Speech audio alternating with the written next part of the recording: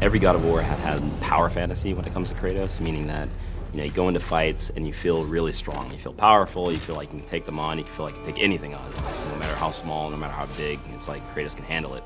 So for this game, even though we were changing pretty much everything about the combat, we wanted to make sure that Kratos still felt like he was a powerhouse. The two things that we had talked about early on were like, one, we don't want to make an open world game. Two, we don't want to just mimic Dark Souls. As much as we like that game, there is kind of this interesting loop inside of it that we wanted to capture. That's when we really, I think, started embracing the fact that not all God of War just has to be charge in, hit, and then sort of wake up after everything's over, right? We just didn't have that strategic element, that cerebral engagement. And all of the pieces that we put together throughout development put the player in a position that they have to think as they're fighting. For this game, he's got a new weapon, his Leviathan axe, and with this weapon we wanted to be a little bit more tactical, still feel powerful at the end of the day, but have a little bit more decision making and a little bit more deliberate actions on the player. We've created scenarios in which, hey, it's advantageous to really experiment with this. And we've noticed that once people start seeing that, oh, I'm gonna try that one now, right? Because we give you a lot.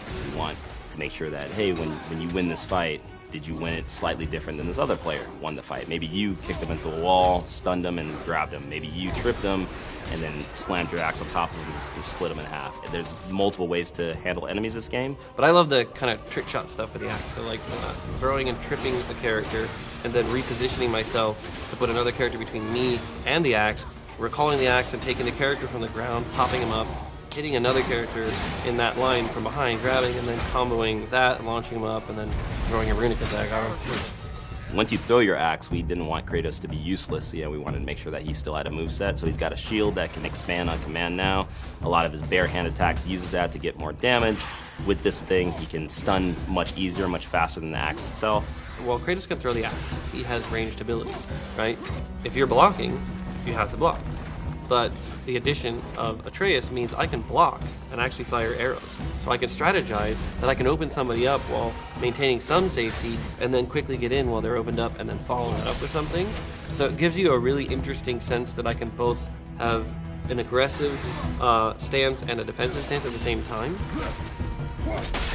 God of War was, the boat deck, right? On the Hydra ship, one section, bam, you already understand kind of all of the base combat stuff, and then we incorporate a little bit of magic later. So this was far more ambitious, and I think honestly, the audiences are more adept at games. They've played a lot more games. The game industry has progressed and matured, so people are looking for an inherently a greater depth to the games that they're playing.